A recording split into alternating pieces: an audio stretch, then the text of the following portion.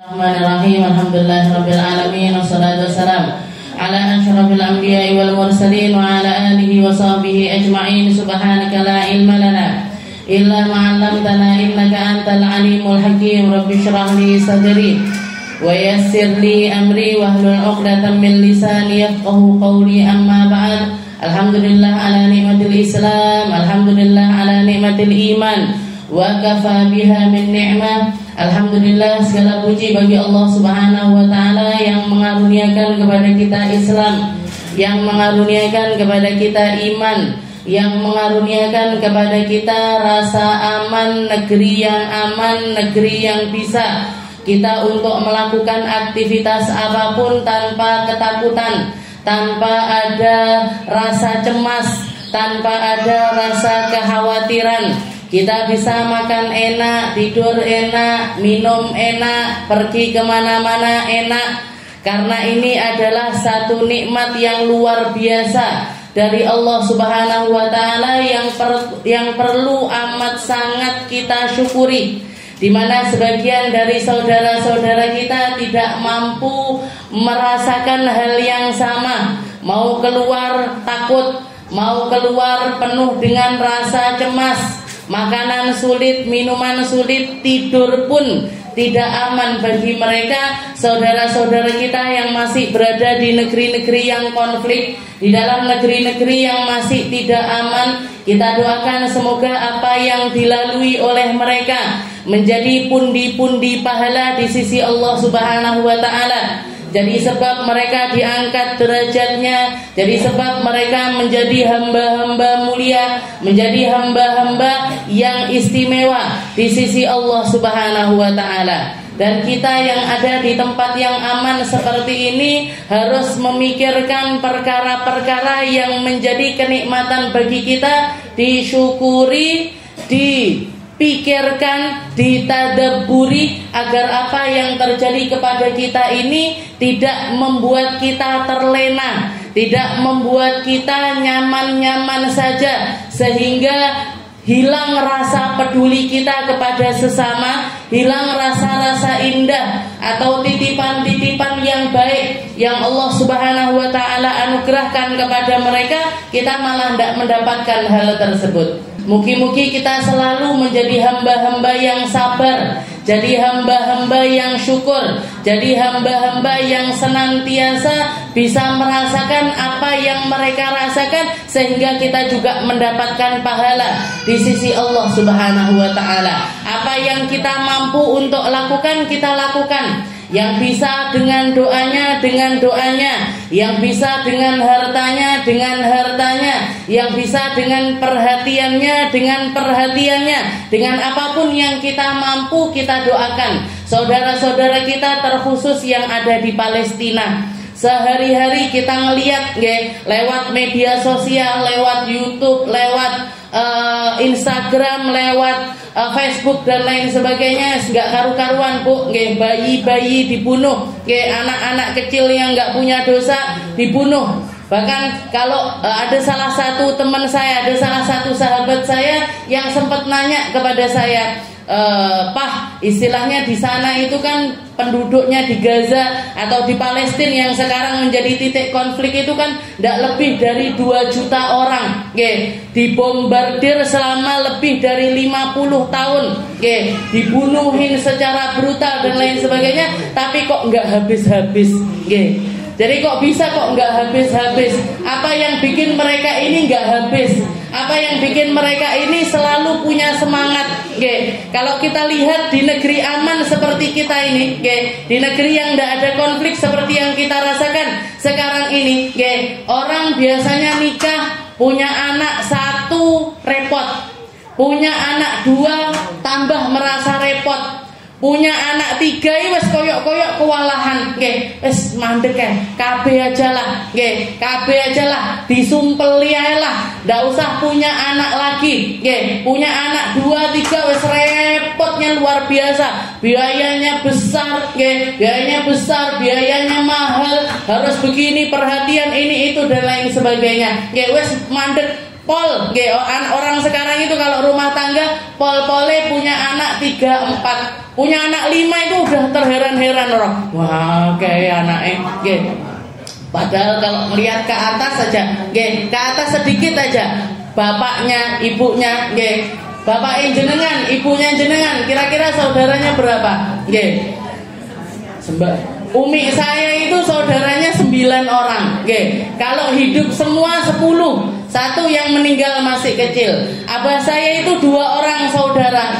Berdua saudara. Yang asalnya 5. Yang 3 meninggal dunia. Jadi banyak-banyak orang-orang dulu-dulu itu punya anak-anak itu banyak-banyak. Padahal rumah mereka lebih kecil dibandingkan rumah kita. Pekerjaan mereka lebih semrawut ketimbang pekerjaan kita. Istilahnya ekonomi zaman sekarang itu gampang, tapi kenapa orang merasa enggan untuk punya anak banyak? Enggan untuk punya anak banyak. Istilahnya teman saya itu ngomong seperti itu. Sahabat, kok mau ya? Istilahnya di Palestina itu kok nggak habis-habis. Padahal negerinya negeri konflik. Tahu persis kalau punya anak ini tidak berada di negeri yang aman. Tahu persis anak ini kalau lahir, entah susu apa yang mau dikasihkan, entah makanan apa yang mau dikasihkan, entah bagai pendidikan macam apa yang akan mereka dapatkan. Tapi kok punya anak itu malah banyak. Bahkan dikatakan saya pernah dapat artikel saya pernah baca, perempuan Palestina itu termasuk perempuan paling subur. Gampang sekali punya anak, dan yang banyak lahir anaknya itu anak laki-laki. Dan hampir setiap rumah, kalau istilahnya hampir setiap perempuan yang menikah itu dikaruniai sama Allah Ta'ala anak-anak kembar.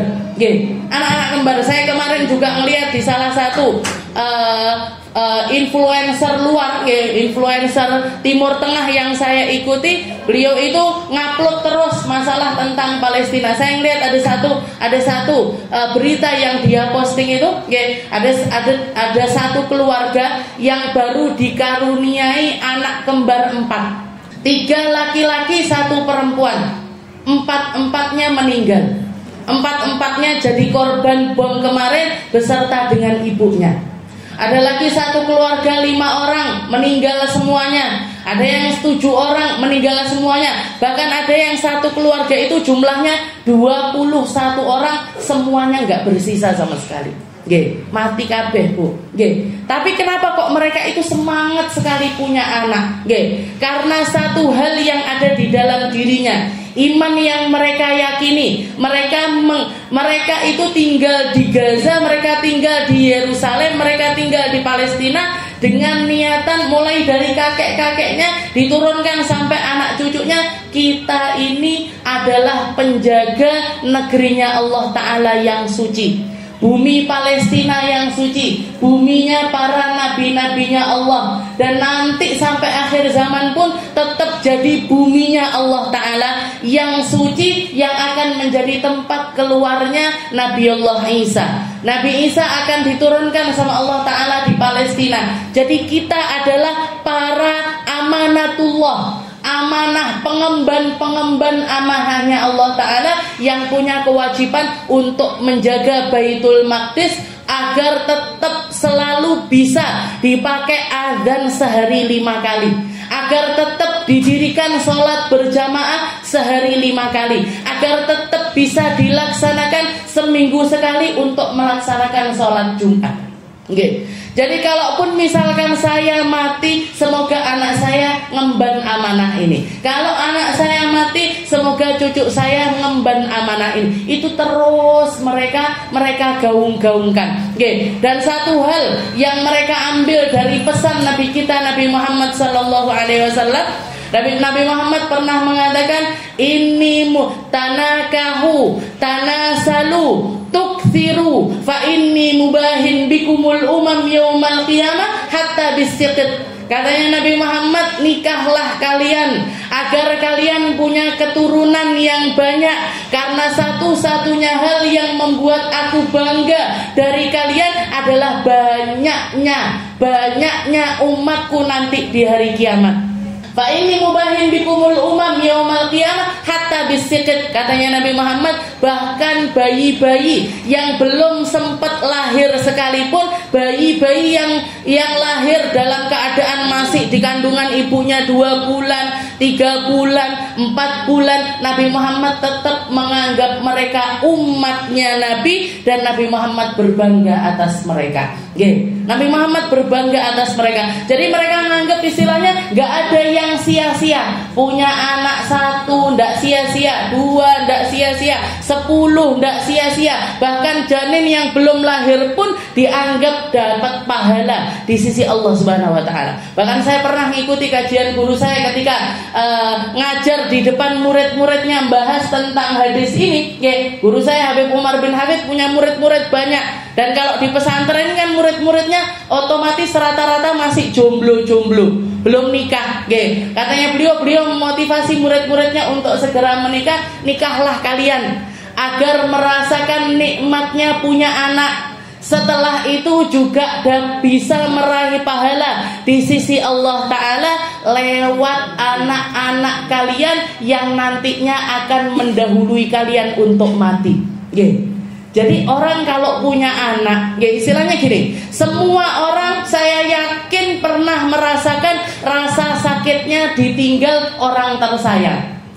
Kalau ndak bapaknya dulu, kalau ndak ibunya dulu, kalau ndak anaknya dulu, kalau ndak suaminya dulu, pasangannya duluan mendahului, semua orang pasti merasakan sakitnya ditinggal orang terkasih. Tapi di antara sekian banyak macam model ditinggalkan, perpisahan dengan perpisahan wafat, itu yang paling sakit adalah ketika ditinggal anaknya.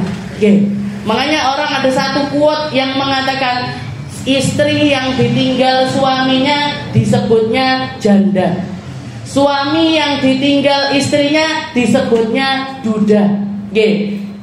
Anak yang ditinggal orang tuanya, bapaknya yang meninggal disebutnya yatim. Kalau ibu bapaknya meninggal dibilangnya yatim piatu. Kalau ibunya tok yang meninggal dibilangnya piatu. Tapi nggak ada sebutan bagi orang tua yang ditinggal wafat anaknya.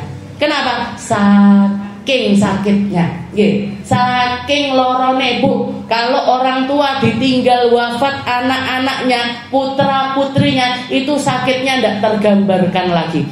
Luar biasa. Lebih dibandingkan ketika ditinggal orang tuanya, lebih dibandingkan ketika ditinggal pasangannya. Itu sakitnya orang yang ditinggal anaknya. Katanya beliau, ini hal yang menyakitkan seperti ini bagi orang-orang mulia, malah justru dijadikan cara untuk nyampe kepada Allah Subhanahu Wa Taala. Guru saya mengatakan, nikahlah kalian agar kalian merasakan nikmatnya punya anak dan nikmatnya merasakan pertumbuhan, istilahnya hidup bersama seseorang yang lahir karena dirimu, dan bisa menjadikan jadi jalan pahala di sisi Allah Ta'ala ketika anak-anakmu itu mendahului dirimu.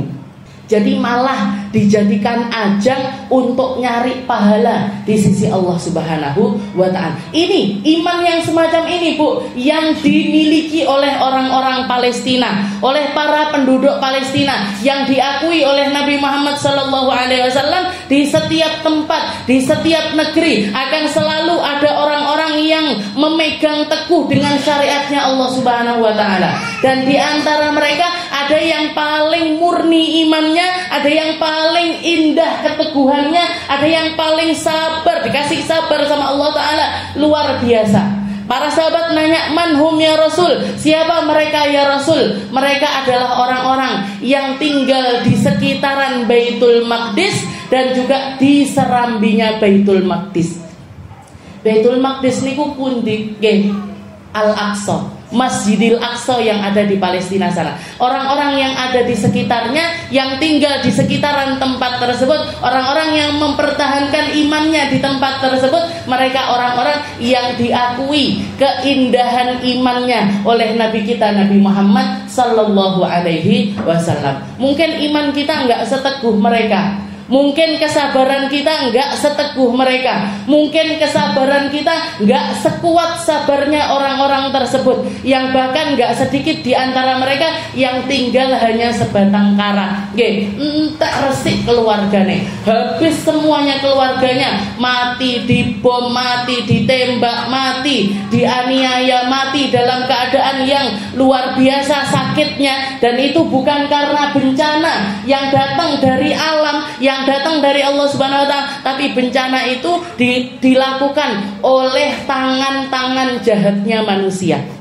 Tangan-tangan jahatnya manusia. Berarti ini luar biasa, ndak karu-karuan. Ndak karu-karuan istilahnya, sakitnya, sakitnya, dendamnya, mati bukan karena istilahnya kalau karena gempa bumi mau nyalahkan siapa? Ini takdir dari Allah Ta'ala. Tapi kalau kita melihat dengan mata kita sendiri, ada bom datang jatuh ke rumah kita, atau bom datang ngenain, disuruh ngungsi, pengungsiannya dibom, pergi ke rumah sakitnya dibom, bahkan masih di ambulan pun mereka juga dibom. Tidak karu-karuan bu, rasane lorone hati itu tumpuk ndak karu-karuan. Tapi mereka teguh, teguh di dalam keimanannya, teguh di dalam rasa sabarnya. Karena apa? Karena ngemban amanah untuk terus mengeksiskan ibadah di bumi Allah Ta'ala paling suci ketiga, yaitu Masjidil Aqsa. Mugi-mugi kita sama mereka dijadikan satu. Mugi-mugi rasa kita dengan mereka disatukan. Mugi-mugi Allah Ta'ala melembutkan hati kita. Kita makan ingat sama mereka, kita minum ingat sama mereka, kita tidur ingat sama mereka, sehingga kita nggak lupa untuk melantunkan doa-doa kita untuk mereka. Dan istilahnya walaupun misalkan yang kita lakukan hanya sesuatu yang kecil-kecil, kayak posting, kayak ngasih tahu orang, kayak menjelaskan kepada orang sekitar kita seperti apa yang terjadi di sana. Saya punya guru orang Palestina asli. Guru nahwu saya yang ngajarin saya kitab Kawakibud Durriyah itu orang Palestina.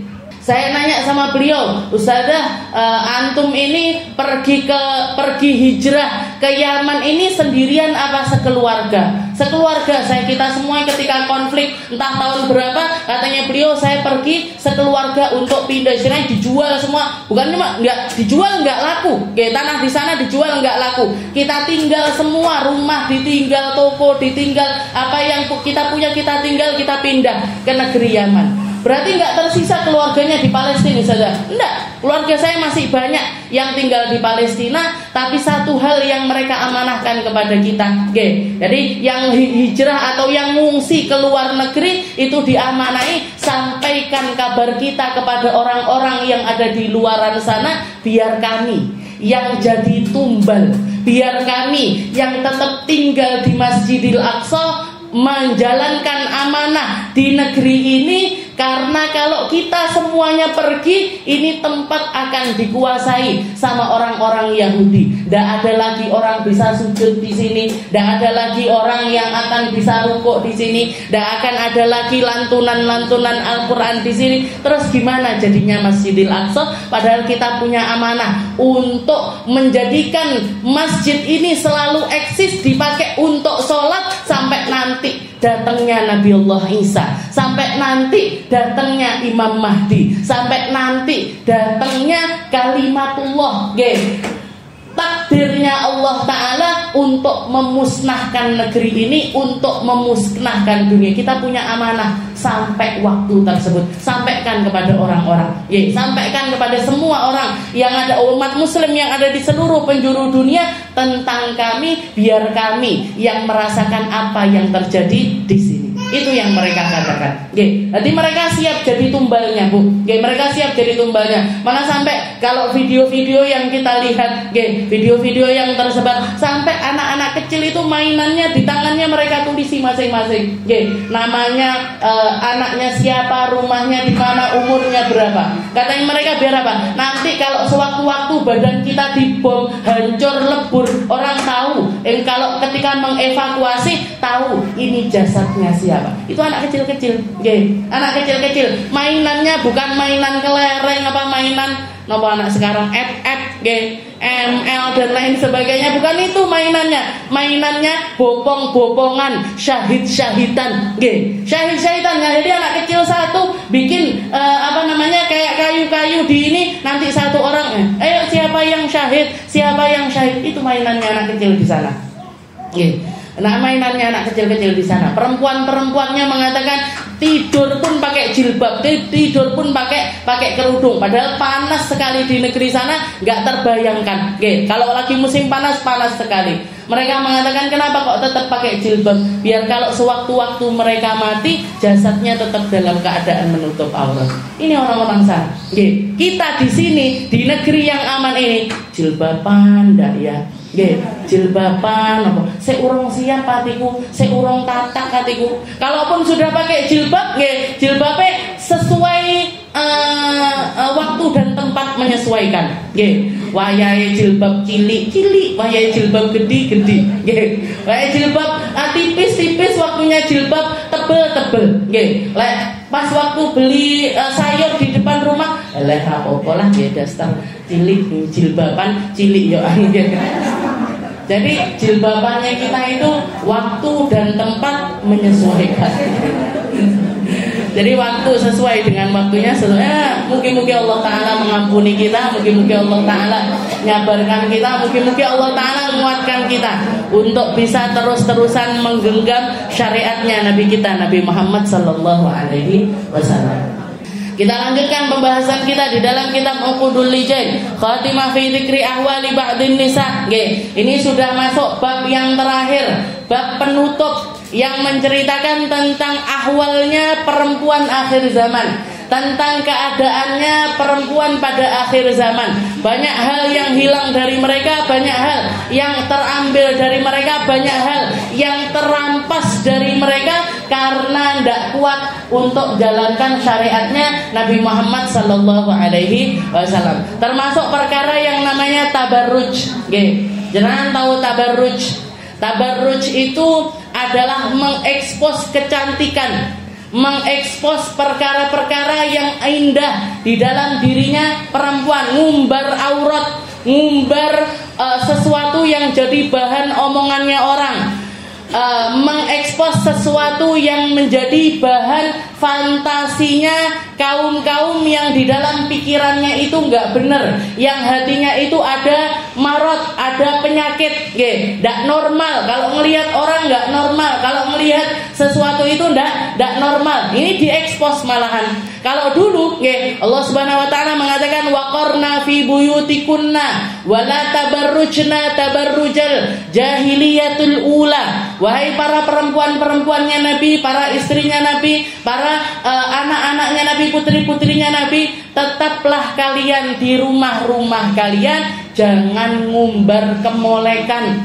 jangan ngumbar kulitmu yang putih, jangan ngumbar matamu yang indah, jangan ngumbar bibirmu yang seksi, jangan ngumbar kecantikan wajah ataupun tubuhmu. Sama Allah Ta'ala dikatakan tetaplah kalian di rumah-rumah kalian. Lah orang sekarang untuk tabarruj tidak perlu keluar rumah. Untuk mengekspos kecantikan itu bahkan tidak perlu keluar rumah. Kalau Nabi Muhammad mengatakan jangan kamu pakai parfum, nanti kalau kamu lewat terus ada ketemu sama laki-laki yang di dalam hatinya punya penyakit-penyakit.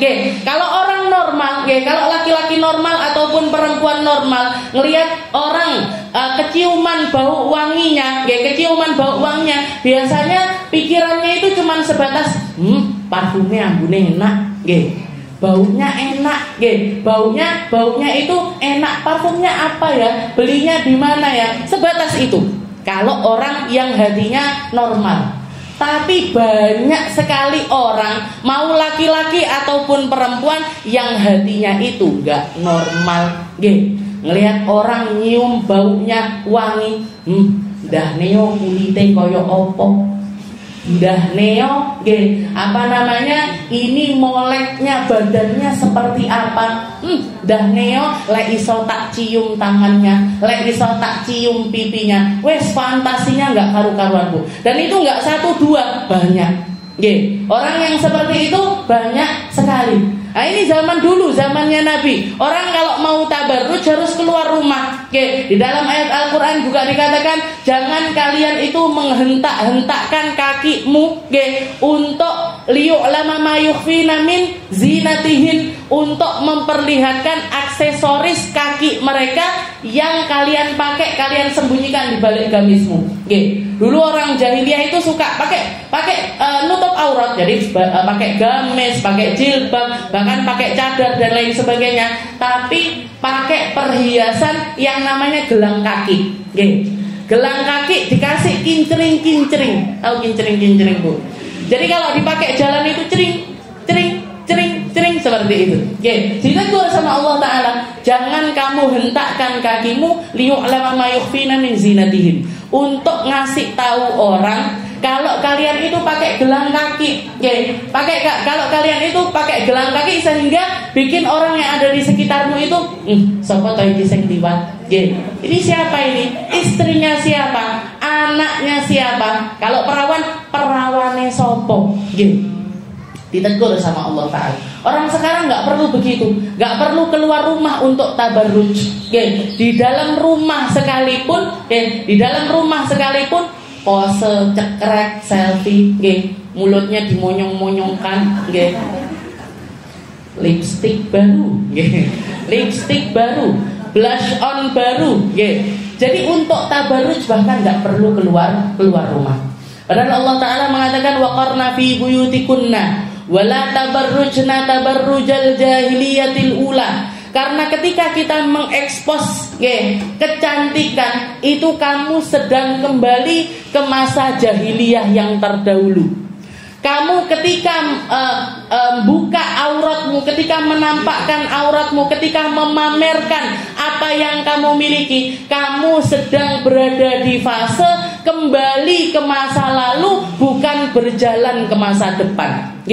Kamu sedang masuk ke dalam fase yang merendahkan dirimu ketika dirimu telah diangkat sama Allah Ta'ala lewat ajarannya Islam.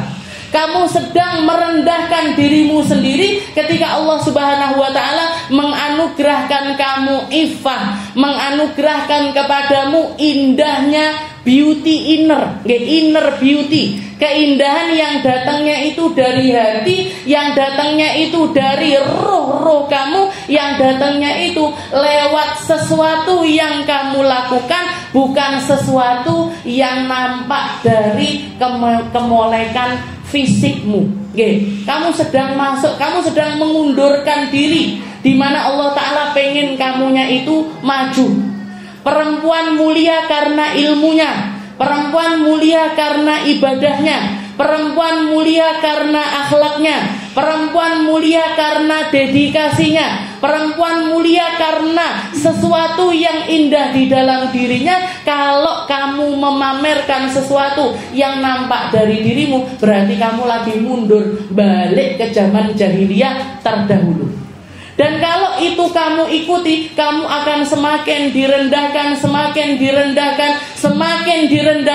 sama rasanya seperti yang dialami perempuan-perempuan di masa jahiliyah terdahulu. Gimana nasibnya perempuan zaman dulu? Cuman sebagai pelampiasan nafsu biologisnya laki-laki. Di saat laki-laki di zaman itu dulu, kalau nikah bisa sampai 20 orang, bisa sampai 25 orang. Makanya banyak hadis yang datang, laki-laki datang setelah masuk Islam, datang kepada Nabi Muhammad, ya Rasul, saya punya istri 10.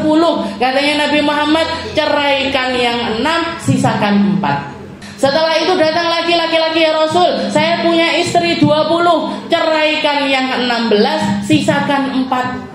Sisakan 4 saja. Di zaman ini, banyak di antara perempuan-perempuan yang bahkan rela tidak dinikahi, tapi malah jadi perempuan-perempuan yang ndak ada harganya. Rela dijamah walaupun ndak ada ikatan pernikahan, rela digauli, dicium, dipeluk, menyendiri, berdua-duaan, padahal tidak ada ikatan halal sama sekali di antara mereka. Banyak orang nganggep buruk, nganggep negatif sama laki-laki yang punya istri 2, 3, 4, tapi biasa-biasa saja sama para laki-laki yang hobinya jajan sana sini. Yang penting saya sendiri, yang penting saya istri sahnya satu, padahal tidak tahu kalau di luaran sana malah melakukan sesuatu yang jauh dari syariatnya Allah Subhanahu wa ta'ala. Jadi nganggep orang setelah beristri punya pacar lagi itu nggak apa-apa, tapi laki-laki yang nikah 2,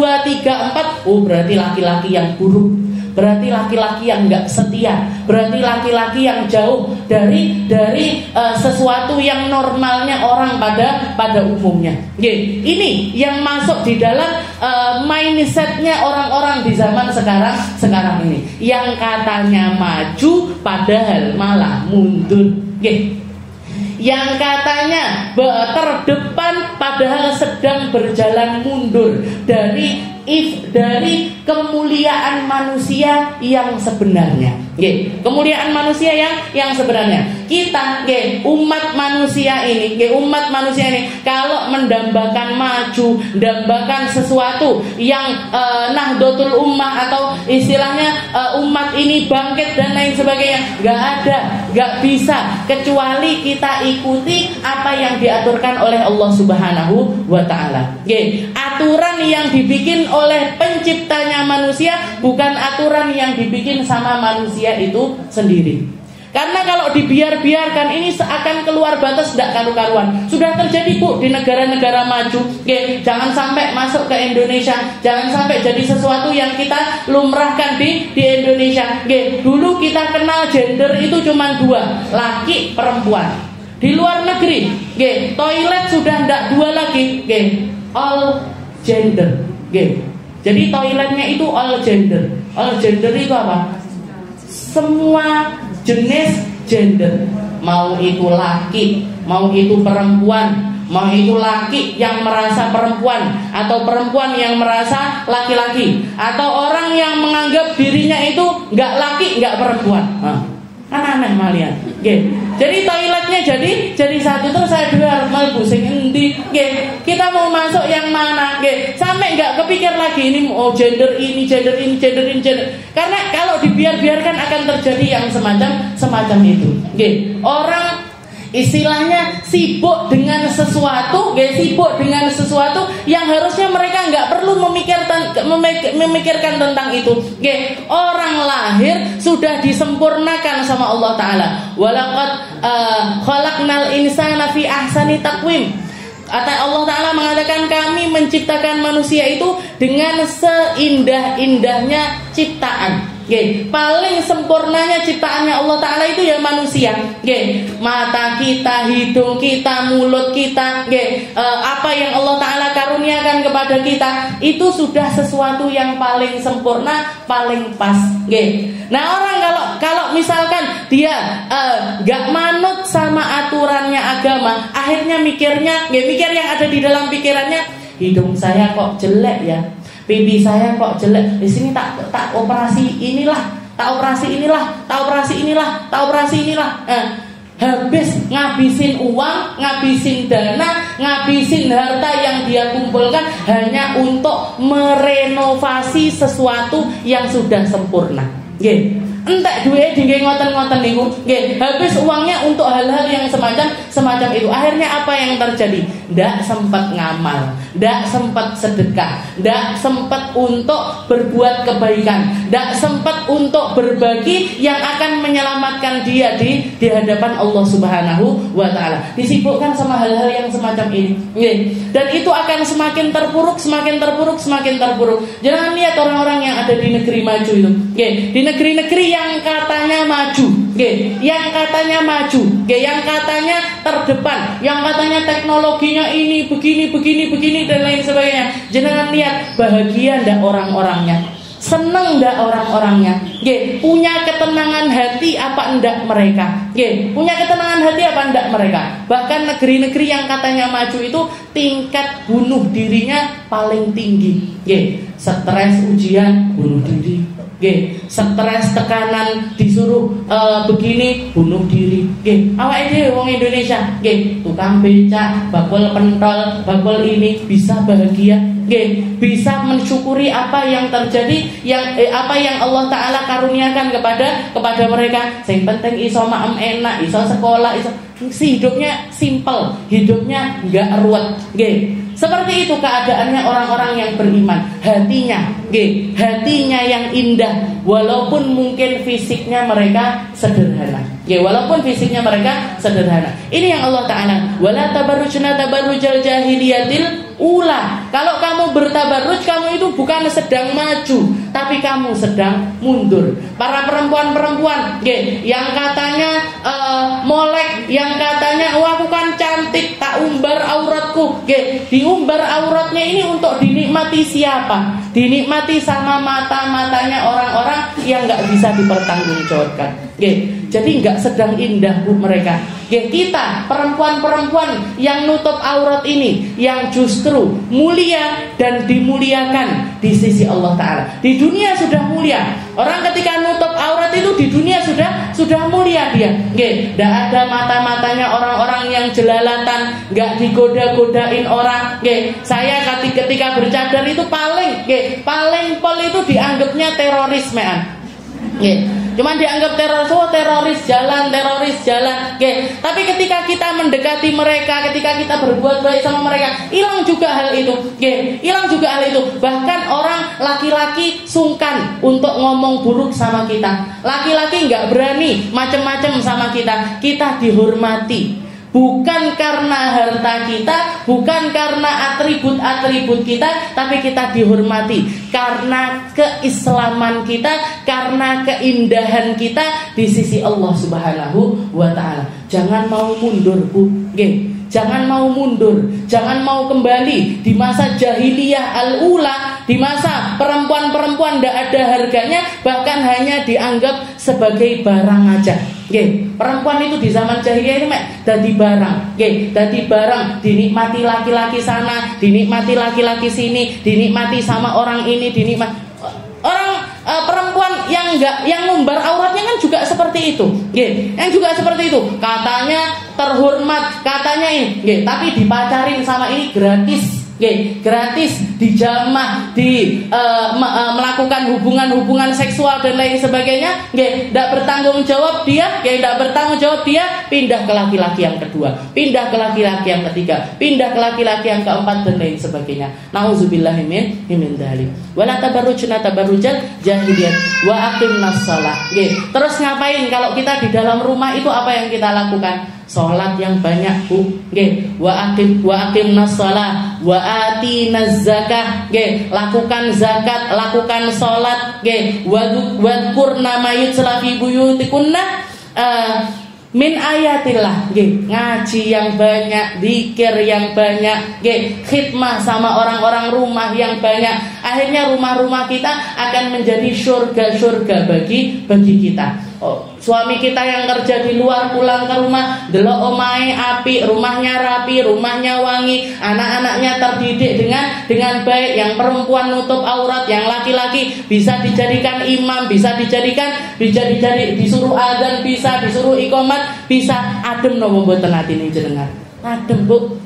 Rumah-rumah seperti ini loh yang harusnya jadi markas-markas perjuangan kita untuk membangkitkan umat ini. Biar jadi umat yang kuat, biar jadi umat yang bermartabat, biar jadi umat yang mulia di sisi manusia dan juga di sisi Allah Subhanahu wa Ta'ala. Dan itu kenikmatan tertinggi. Paling nikmat ngelihat keluarga yang di situ ada ketakwaan di jalannya Allah Subhanahu wa Ta'ala. Ada sholat jamaah di dalamnya, ada bacaan Al-Quran di dalamnya, ada saling canda tawa, canda tawa seneng, hidup rumahnya, dan semuanya omongannya itu seputar ketakwaan kepada Allah Subhanahu wa Ta'ala. Jenengan orang marem kalau pulang ke rumah, jenengan pulang ngaji, ternyata suaminya pulang juga dari pengajian. Atau kalau misalkan pengajiannya malam, berjalan berdua, jalan bareng karo anak-anake digawa ngaji bareng-bareng, di pengajian ini marem apa mboten? Marem, Tapi kalau kita masih berjuang sendiri, kalau kita masih berjuang sendiri, kok saya aja yang ngaji, suami saya masih belum ngaji, ada yang sakit, ada yang kurang, ada yang nggak sempurna di dalam rumah tangga kita, tapi jangan pernah putus asa untuk memperjuangkan hal tersebut. Karena kemuliaan yang seperti ini, yang mulia di dunia dan mulia di sisi Allah Subhanahu wa taala. Wa ati'nallah wa rasul, yang taat sama Allah, yang taat sama Rasul. Karena di sini dikatakan, Nabi Muhammad SAW mengatakan, man tasyabbaha biqaumin fahuwa minhum. Orang-orang manusia itu ketika dia menirukan sesuatu, dia akan dikelompokkan sama Allah Ta'ala di dalam kelompok tersebut. Man tasyabbaha biqaumin fahuwa minhum. Orang yang ngikuti satu kaum, dia dimasukkan sama Allah Ta'ala ke dalam kelompok kaum tersebut. Dimasukkan sama Allah Ta'ala ke dalam kelompok kaum tersebut. Makanya kita harus istilahnya punya prinsip di mana kita meniru, orang mana yang kita tiru, kepada siapa kita meniru, di kelompok mana kita berada, kita harus punya prinsip tersebut. Kita harus yakin seyakin-yakinnya dengan kelompok tersebut. Makanya ketika umat muslim menggaung-gaungkan, kita bantu Palestina dengan apapun yang kita punya, dengan seberapapun kita mampu, dengan apapun yang kita mampu. Lah isone ndonga ya ndonga, lah isone pakai harta, punyanya 1 juta nyumbang 1 juta, punyanya 100.000 nyumbang 100.000, punyanya 1.000 rupiah sekalipun jenengan sumbang 1.000 rupiah. Bukan tentang besar kecilnya, bukan tentang perubahan yang bisa merubah ataupun tidak, tapi untuk memantapkan di kelompok mana kita berada. Makanya sering yang digaung-gaungkan, kita lihat di zaman Nabi Allah Ibrahim, ketika Nabi Allah Ibrahim dibakar oleh Raja Namrud, ini seluruh penduduk negeri disuruh ngambil kayu bakar, dibakar dengan kobaran api yang luar biasa besar. Nabi Allah Ibrahim dilemparkan pakai ketapel besar untuk masuk di dalam tengah-tengah kobaran api tersebut. Dikatakan di situ ada 2 kelompok. Di situ ada 2 kelompok. Kelompok yang ikut serta bakar Nabi Allah Ibrahim, dan mereka-mereka yang berusaha untuk memadamkan apinya Nabi Allah Ibrahim. Termasuk diantaranya ada semut, ada burung pipit yang lari-lari, mondar-mandir pergi ke sungai ngambil setetes, dilemparkan semut ini yang bisa dibopong sama dia airnya sak berapa? Nggak bisa, sak kontainer nggak bisa. 1 ember juga nggak bisa. Sak tetes, Bu. 1 tetes. Burung pipit juga ngambil 1 tetes. Ketika ditanya sama malaikat, kalian ini lagi ngapain? Seberapa air yang bisa kamu bawa ke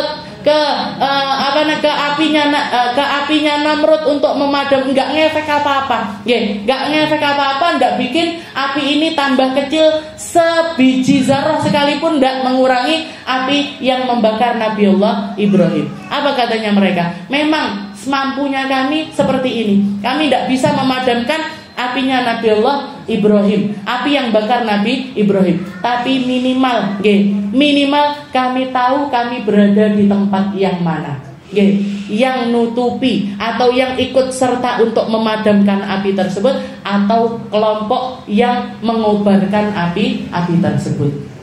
Ini yang sedang kita lakukan.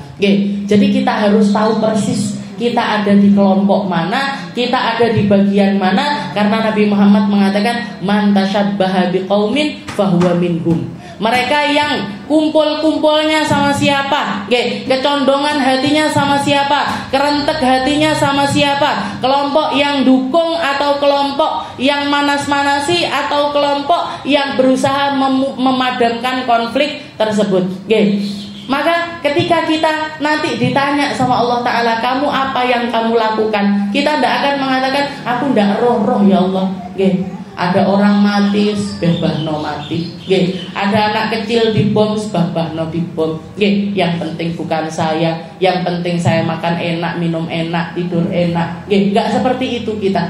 Tapi kita tahu persis untuk jawab kepada Allah Ta'ala, ya Allah, saya berusaha untuk masuk di dalam golongannya orang-orang yang Engkau selamatkan, bersama orang-orang mukmin yang lainnya, bersama orang-orang muslim yang lainnya, berusaha untuk mempertahankan bumi Palestina yang suci. Itu yang kita, bukan dukung orang-orang Israel, bukan dukung orang-orang non-muslim, bukan dukung kelompok-kelompok yang membantai umat muslim, bukan kelompok yang menjajah sekian puluh tahun dengan kebrutalannya mereka. Kita bukan di dalam kelompok mereka. Hanya itu yang perlu kita, jadi yang perlu itu kita, bukan mereka.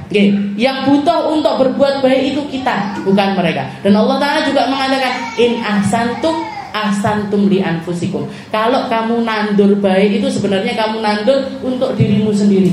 Lek ndak panen ning dunya, nggih panen di akhirat. Kalau ndak metik di dunia, metiknya nanti di akhirat, di hadapan Allah Subhanahu wa Ta'ala. Mungkin negeri kita selalu jadi negeri yang aman, jadi negeri yang tentram, jadi negeri yang tidak ada konflik, jadi negeri yang kita bisa sholat tenang, ibadah tenang, puasa tenang, kajian tenang, pikiran bareng tenang, melakukan kebaikan-kebaikan juga selalu di dalam ketenangan. Dan ini harus dirajut, ini harus dipertahankan, ini harus selalu disemai, ini harus selalu diperhatikan agar hal-hal yang memicu konflik ini gak pernah terjadi di negeri kita. Dan mungkin Allah Ta'ala merahmati teman-teman kita, saudara-saudara kita yang ada di Palestina, merahmati mereka, ngampuni mereka, ngasih yang terbaik di sisi Allah Ta'ala untuk mereka, ngangkat derajat mereka setinggi-tingginya, agar apa yang mereka usahakan berbuah keindahan di dalam surganya Allah Subhanahu wa Ta'ala. Ala hadhihi niyyah wa ala niyatin salihah wa ila hadratin Nabi Muhammad sallallahu alaihi wasallam